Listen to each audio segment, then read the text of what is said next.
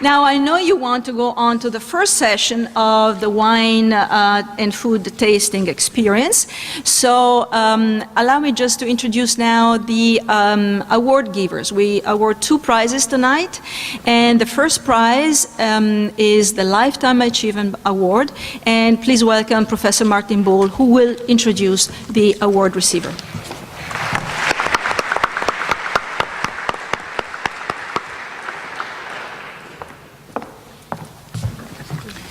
Thank you, Chair.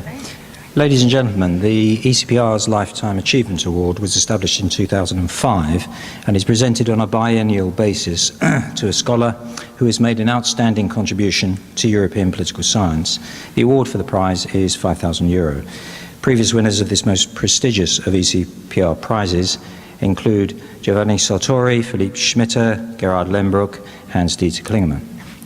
The jury for the 2013 prize consisted of Professor Simona Piattoni, Chair of ECPR, plus 3 members of the Executive Committee, Professor Rudi Anderweg, Professor Birgit Sauer, and Professor Jonas Torberg, and myself as ECPR Academic Director.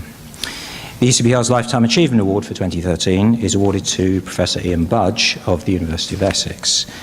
There cannot be many political scientists in Europe and beyond who do not know Ian's work, and many of them know him personally as well, for he is not only one of the leading lights of European political science, but a highly personable, friendly, generous and modest person.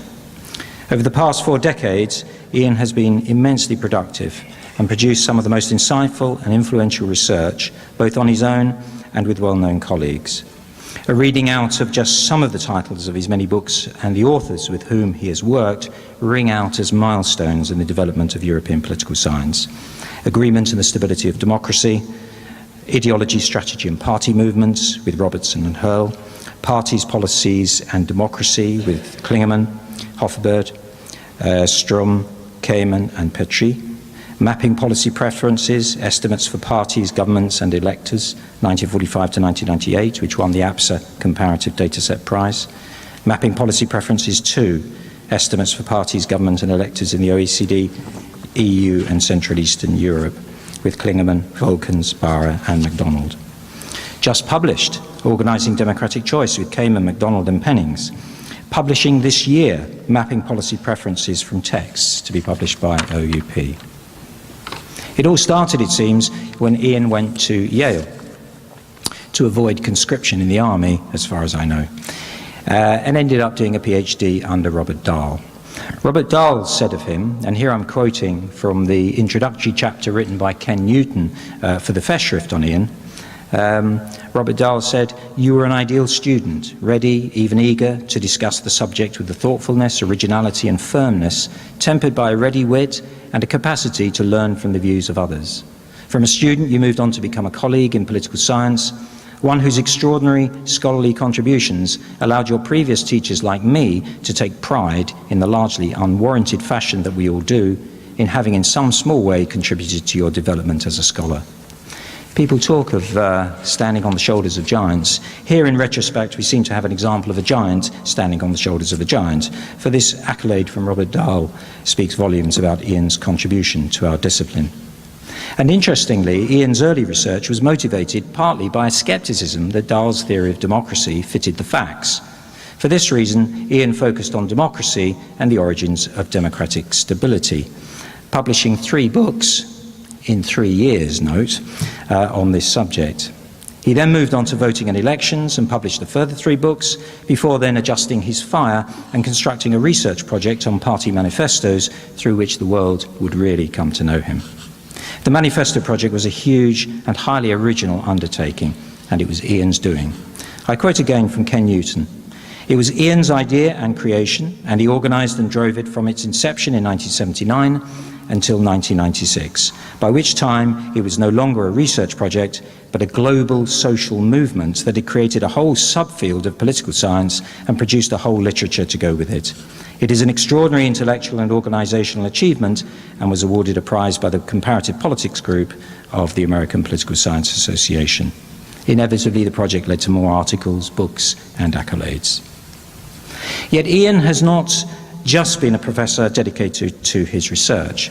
He has also played key organisational and leadership roles in national and European political science. He served as chair of department both at his home institution, Essex, and at the European University Institute, Florence. He also served as executive director of the ECPR between 79 and 83, following in the footsteps of Jean Blondel, where he continued the expansion of the ECPR, helping it become the leading organisation in European political science, which it is today. Ian has also always showed tremendous dedication to young political scientists, wherever they come from. At Essex, he was Director of Graduate Studies and Principal Advisor to PhD students. And he played a prominent role in the training of young political scientists as the Director of the Summer Schools in Social Science Data Analysis at Essex. Judith Barra wrote to me the following: Ian's research record and involvement in the ECPR is well known, but what might have been submerged by his exemplary academic record is the personal effort he has gone to over the past 5 decades to encourage many younger scholars to engage in groundbreaking political science research, to publish and to collaborate across institutions and countries. He truly is a living example of the purpose and vision of the ECPR. I, for one, am profoundly grateful for his enduring support, encouragement and friendship, and I know that there are many others who have thrived as a result of having had the good fortune to have worked with Ian. Several other scholars wrote to me in this vein, emphasising Ian's commitment to bringing the new generation of political science on. Ian was dedicated in particular to comparative political science and its advance, and his own travelling and interaction with international political scientists has been a natural aspect of this. He has held positions in the United States, Italy, Spain, Germany, the Netherlands and Australia. He has a command of Italian, Dutch, French, Spanish, German and Latin. And as Professor Tony King reminded me, whatever language Ian is using, of course, as we all know, Ian often has to be asked to raise his voice above a whisper. So is there any secret to Ian's success? Perhaps he will tell us today, because many people have said that they don't know how Ian gets so much done with apparently so little effort being made. For example, when he was in Italy, Ian was very happy to adopt the Italian ways, including that of the siesta. When this was remarked upon at the time, he apparently said that he was not sleeping but thinking. I see, the thinking siesta. Yeah. I'm sure a large number of you will be equally surprised to hear that this grand designer of the Manifesto project, this outstanding quantitative researcher who has used more data sets and computer programs than most of us have probably even heard about, has never used a word processor or typewriter to write up his work, and has never used email to communicate with his colleagues either. His work has always been handwritten, illegibly, I'm reliably informed by his secretaries, who then typed up the work for him, and his method of working has always been to write sentences and paragraphs down with sufficient gaps between them to allow them to be cut up and moved around so as to present the argument that he planned most clearly and effectively. His wife, Judith, informs me that their son, as a little boy, used to watch Ian at work. And one day he came home from school and said that he had been asked by the teacher what his father did. When asked by his mother what his reply had been, her son said that he had said to his teacher that his daddy spent his days cutting pieces of paper up and sticking them back together again. And Ian has always shunned email. I understand that his preferred method of communicating with his colleagues has been to go walking with them. Within the department at Essex, Ian became known for organising and leading walks at New Year and other times. They were often quite long and arduous and were often referred to as Ian's punishment walks, although they were popular with the people that chose to go on them. Andrea Volkens wrote to me that since my very first attendance at a Manifesto research group meeting in 1985, I never forgot to bring my walking boots. I enjoyed Ian's writing, organising and talking from the very beginning, but not my sore feet. And it's clear that communication with colleagues through talking has been the means through which Ian has been able to entertain and motivate his colleagues. Lawrence Ezra at the University of Essex said to me that after our weekly Tuesday seminars at the University of Essex, sometimes I am unsure about whether I will go to dinner afterwards. In these situations, if Ian is going to dinner, I am going.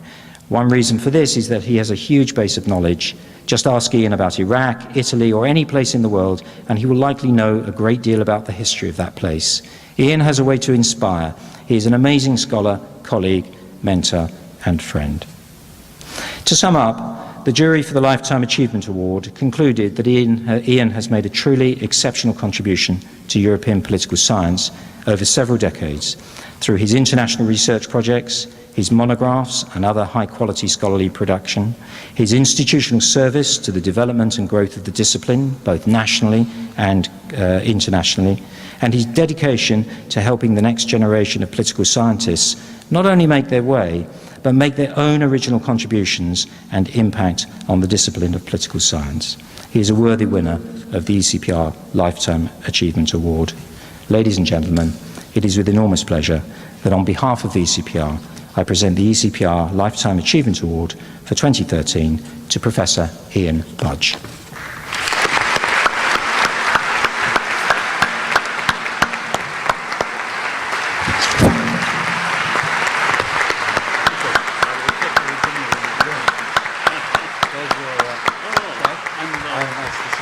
Remind me to go in the photograph.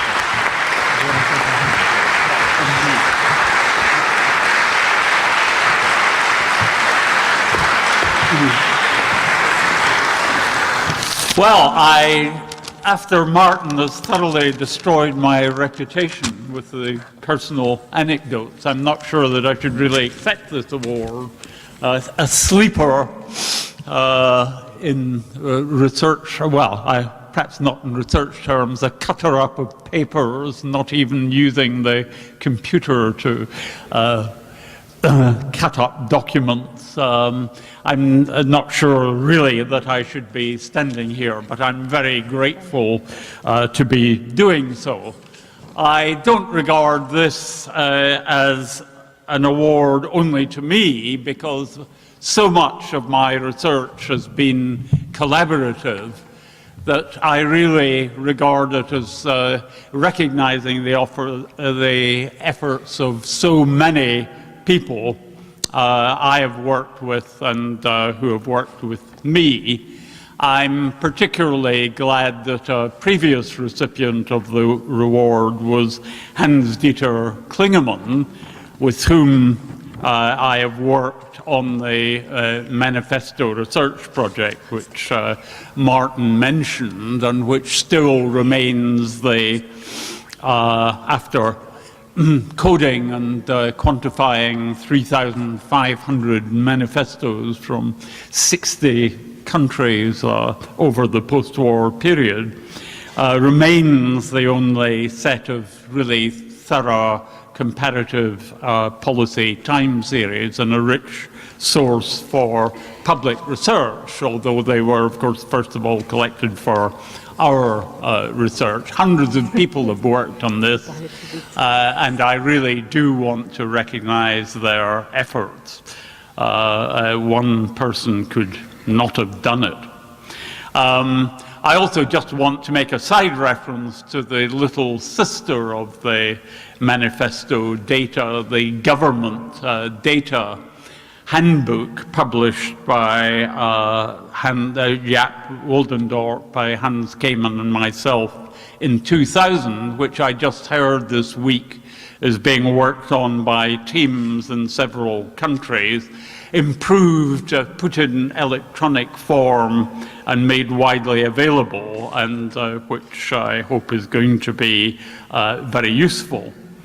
Now, one torpedo which Martin launched in his speech was the revelations about the fact that I haven't really touched a computer in the last 30 years, so it's a great paradox that I've been involved in all these data collections. I should say in my own defense that my career trajectory has been rather eccentric.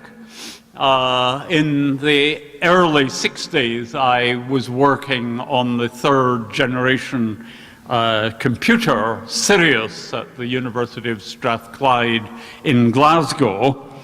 I think many years before most people took up analysis with computers. I'd graduated from counter sorters, cross tabulators, and punched cards to the paper tape of the serious computer, which had less power than a mobile telephone has today, but whose cabinets with electric circuits occupied a whole suite of rooms in the university. And we had to put our input in the form of punched paper tape. To save time, you put in perhaps 6 meters of paper tape to go through all the calculations which Sirius had been programmed to do. So you booked the mainframe computer in those days for a quarter of an hour, fed in the paper tape and wound it out on a reel as it went through the computer. Unfortunately, there were sometimes mistakes in the tape, or the computer mashed it up. And at that point, a high-pitched squeal was emitted by the computer, rather like an air raid warning, and the director of the center came running through and sorted things out. On one occasion, I had a very long string of paper tape which had got very tangled, and the director came through and picked it up from the floor and said, "I'll show you a high-tech way of dealing with this." So he led me out to the nearby stairwell, where he dropped the paper tape down 30 feet and let it hang while it slowly unwound, and I could reel it up at the top of the stairwell. Such were the vicissitudes of computing in the early days. I then went on to ethics, where I agitated for a general purpose program to be written, ECXP, which did cross tabulations, frequencies, calculated percentages on the basis of punch card input. And this became the main workhorse of the ethics summer school. My colleagues, other valued collaborators, Lutz Erbring and Chris Pisarides, who subsequently won the Nobel Prize but for economics, but not for teaching in the summer school, were doing high-level statistics with the participants, but most of the work was actually done on simple processing with ECXP. And they were then graduated on to other programs, the first interactive one, FACAD, and the Biomed programs from Michigan, and so on. Every year, a new kind of program. So in the mid-70s, I encountered a notice in the ethics department mailroom which said, "Wonderful new package available for computers, SPSS. You must learn this program. You must go to courses and invest time in learning it, unless you are a professor with a research assistant." And I was very struck by this notice, and I thought, well, I am a professor with a research assistant. And so I abandoned personal computing and delegated the actual computing side to my RA, and benefited from the series of brilliant collaborators who actually did the computing. Partly I did this because I wanted to concentrate on the substantive side of theory. I thought it was important to model substantive theories, perhaps to do simulations, at any rate, put them in a form where they could be tested, put in quantitative form, collect the relevant data to check them out. And that is really what I have done. I thought the important thing was to be able to talk with people who were much more technically skilled than I was, and to follow through the project together in dialogue. So there is some kind of serious motive behind my eccentricities in this regard. And one thing that I should say about the development of methodology in the profession, which of course has been immensely important. Everybody needs to have a good grasp of methods. But sometimes I feel the development of methodology has been rather like that of, in political science, has been rather like that of human resources and personnel departments in business organizations, originally brought in to appoint people to to implement the company plan, but eventually taking over the direction of the company through the appointments they make. And I think in some ways, methodology, conceived as a set of fixed procedures, rather rigid procedures and rules, has assumed a little too much of a dominant role in contemporary political science. People are concerned to be methodologically perfect, and that, of course, you can do this most easily by choosing modest projects, abandoning bigger theories, wider research fields, and so on. Of course, many methodologists have recognized this and have often satirized this tendency among their colleagues. Herbert Hyman in the 1960s, for example, pointed out you could destroy any set of research results by remarking that the controls are totally inadequate. And possibly nowadays you can say, do the same thing by saying there's error in the measures. Well, of course, big deal, there are errors in all measures, but the question is, are they containable, and how big are they? And of course, in many cases, they aren't too much. My colleague Ivor Crewe always used to say, if a thing is worth doing, it's worth doing badly. A paradoxical expression, but I mean, one should be willing to tackle important problems even with imperfect tools. And I always relish a saying by John Tukey, from the outstanding statistician of the 1960s, who codified bad practice in methodology in a series of badmanments, one of which was, it is better to be exactly wrong rather than approximately right.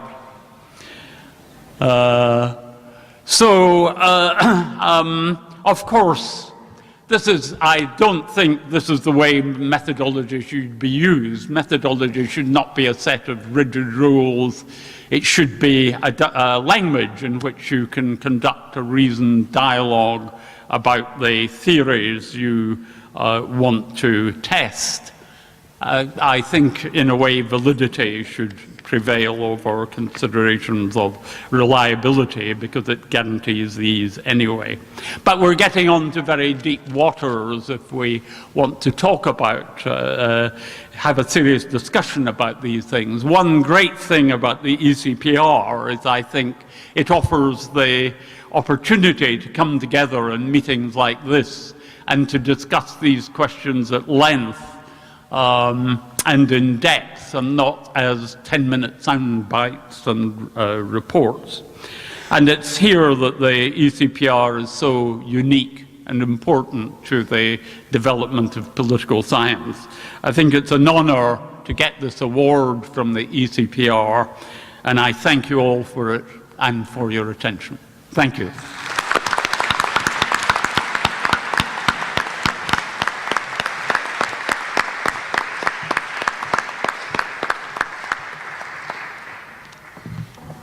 And now please welcome Professor Nilo Kaupe, who is going to give the Mattei Dogan Award Prize.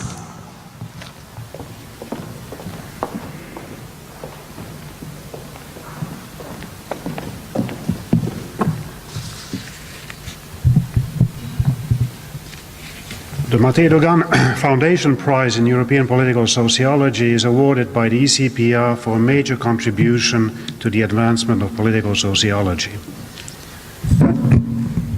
founder of the prize, Mattei Dogan, sadly passed away in October 2010, was Senior Research Officer Emeritus at the French National Center for Scientific Research, CNRS, following a distinguished international career teaching and researching in political sociology.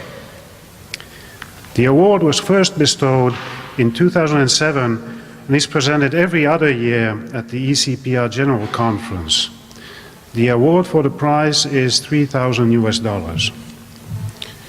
Previous prize winners are Giovanni Sartori in 2007, Richard Rose in 2009, Donatella Della Porta in 2011.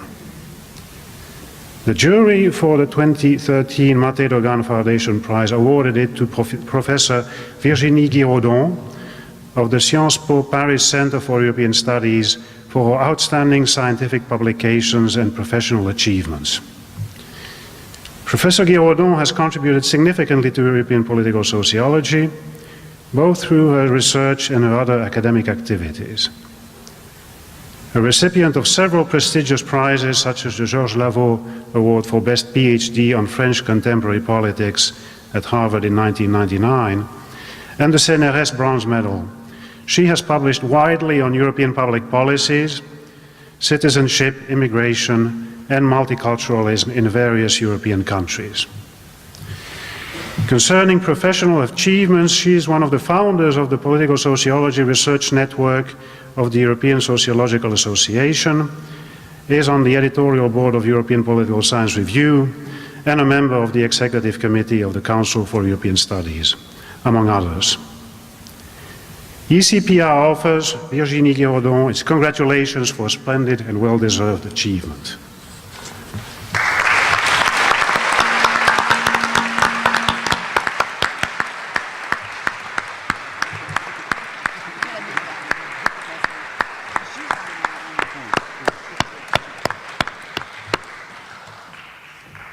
Thank you very much. I'm just going to say a few words. I'm sure Professor Nona Mayer is getting nervous thinking, when is this plenary lecture going to start? I'm extremely, of course, honored to be here. I have my life ahead of me, and I hope I will achieve a lot. So this is hopefully not like a Lifetime Achievement Award, but it feels like some prize that I want to share. There's some people in this room, I see them from the research network of 32, Political Sociology of the European Sociological Association, Hans-Georg Trenz, Carlo Ruzza, Mauro Baizione, David Paternot, who nominated me for this prize, and I'm very grateful. I think what we, just like ECPR, the idea at this point is that we really need to continue to engage in comparative research and try to understand some of the transnational dynamics that have been going on in the sort of post-war period of European integration. And my small achievement has been to try to get people to work together in some sense on these issues. I'm very proud that Nino Kaupi gave me this prize. Nino Kaupi is one of the first ones who applied political sociology to European integration, to understanding political integration, and he participated in a volume called Sociology of the European Union that I co-edited with Adrian Favel, and there are other people in this room who participated, like Professor Etoyereki, who is also in this room. And so I'm very, very happy, and was published by Palgrave, of course, in 2011. So there's still a lot of work to do, especially in this moment of crisis. But I want to acknowledge these colleagues who make, so I'm the one on stage. I'm going to be very quick here. I just want to say a word about Nona, actually, and Simona. I'm not, obviously, Donatella Della Porta was the first woman to win this prize. So I'm very happy, though, that I'm an example of a woman in academia, just like Nona and Simona are for many of young academics, I hope, in this room. And so I also know that I learned a lot from them, and I have very good memories. One last thing, this is my 1995 joint session, workshop 7, name tag. It was my first conference 18 years ago, and I kept it as a lucky charm.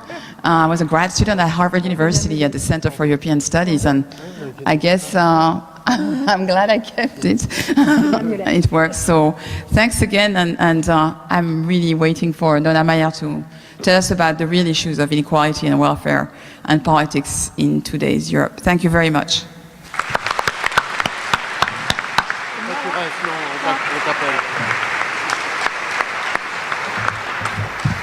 Virginie, don't forget your prize, but this wraps up the prize giving ceremony, so please, Vincent.